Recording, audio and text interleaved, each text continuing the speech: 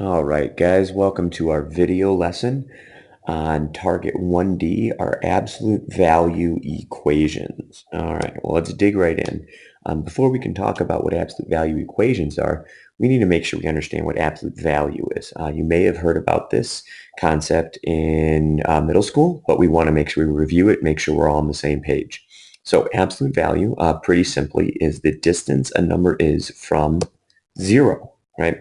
Okay, it's a distance. So if we look here, the absolute value of -7 is +7 because -7 is 7 units away from 0.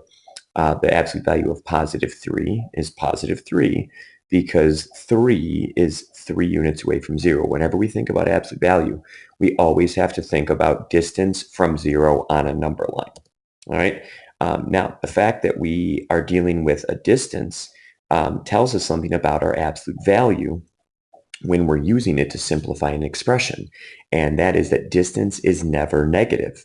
Since absolute value is a distance and distance is never negative, when we use absolute value to simplify in an expression, whatever we simplify to will never simplify to a negative value. It will always be 0 or it'll be positive. All right, so let's take a look at this example right here. So we have the absolute value of 6 minus 15 plus 2. Now, one thing we have to realize here is that absolute values are grouping symbols. This is another reason why PEMDAS will fail you miserably. There is no letter for grouping symbols for absolute value bars in PEMDAS. But what we mean with grouping symbols is that we have to simplify everything inside the grouping symbols first before we apply the absolute value. So we have to subtract 6 minus 15. Negative 9 plus 2 is -7. Now at this point, I have simplified inside the absolute value bars, so now I can simplify the expression. But to do that, we have to know what this expression is saying to us. What this expression is asking is how far from 0 is -7? Well, we saw above that what we're really asking for is the distance from 0, and that distance is always positive, so the answer is 7. All right, so that's absolute value when we're working with it in an expression, right? But what about when we start dealing with an equation? Well, let's take a look at some more expressions here to help us understand how it's going to really fit into an equation. Again, we see 4 expressions here with absolute value bars. And again, the important thing, and we're going to deal with this equations as well, is to know what is it saying to us. What is this expression with an absolute value bar saying to us? So you can see it's how far from 0 is 6, how far from 0 is -6, how far from 0 is 44, how far from 0 is -44. Well, we can see the absolute value of 6 is 6, the absolute of -6 is 6, 44 and 44. All right, what do we notice?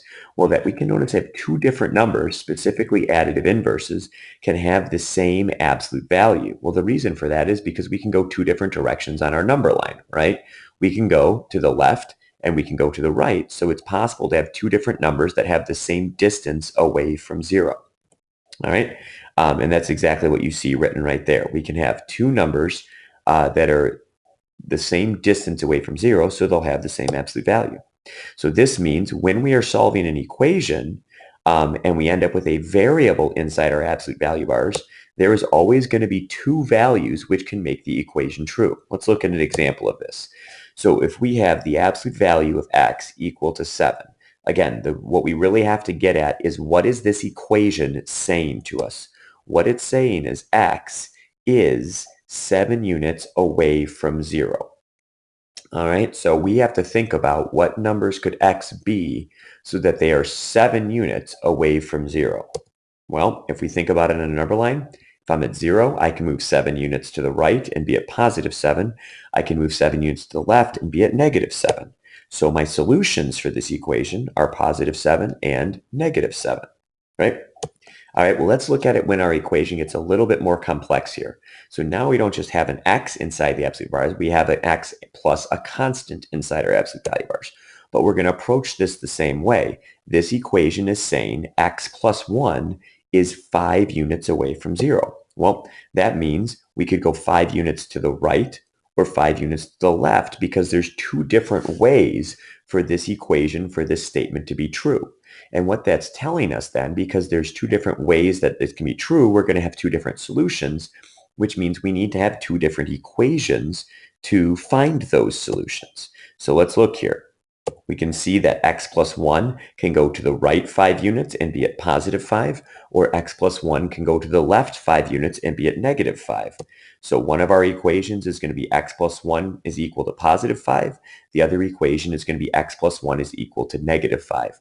Guys, the key to understanding where these two equations with the red numbers down there come from is knowing what the equation is saying to you. All right, and we're going to repeat this over and over again in class. So then once I have my two equations, I can just subtract one from each side and I get my two solutions that will make the equation true. All right, so why don't you go ahead, pause the video and try these two equations, and then we'll come back and talk about them. Ready, pause. All right, so let's take a look here. So number one is saying x minus 3 is 14 units from 0. All right, hopefully we thought about that. What is it saying to us? So that means x minus 3 can go to the right to positive 14, or it can go to the left to negative 14. And then I solve the equations and get my solutions. Same deal down below. 2x minus 7 is 9 units from 0. All right, so again, 2x minus 7 can be equal to positive 9, or 2x minus 7 can be equal to negative 9. Then I solve both of those two-step equations and get my solutions. But again, we'll repeat this, what we said before. How do we know that those are actually the solutions of the equation? Well, we can plug them back in. So you can see on the right here, I did the work to plug back in 17 and negative 11 and 8 and negative 1 and simplified. When I did that, you can see that I ended up with equations that are true, telling me that 17 and negative 11 in number 1 and 8 and negative 1 in number 2 are the correct solutions for those equations. All right. Well, what happens though when things change a little bit? What's the difference that we see in the equation below here compared to the ones we've already solved? Hopefully you noticed it's that the absolute value bars are not alone. There's a 3 being multiplied by the absolute value bars. All right. And one thing we have to be able to do is get the absolute value bars alone if they're not alone. One other important fact we have to know is we never distribute with absolute value bars. So you cannot just distribute the 3 to the 5x and the 8. What we actually need to do is cancel out that 3, just the same way we do previously when we wanted to get rid of anything that was being multiplied, get rid of a factor. So I want to get rid of a factor of 3, so I divide by 3. If I do it in the left, I do it in the right, and now I have 5x plus 8 is equal to 7. Now I can solve this absolute value equation just as we did before. All right, apply our two equations and solve.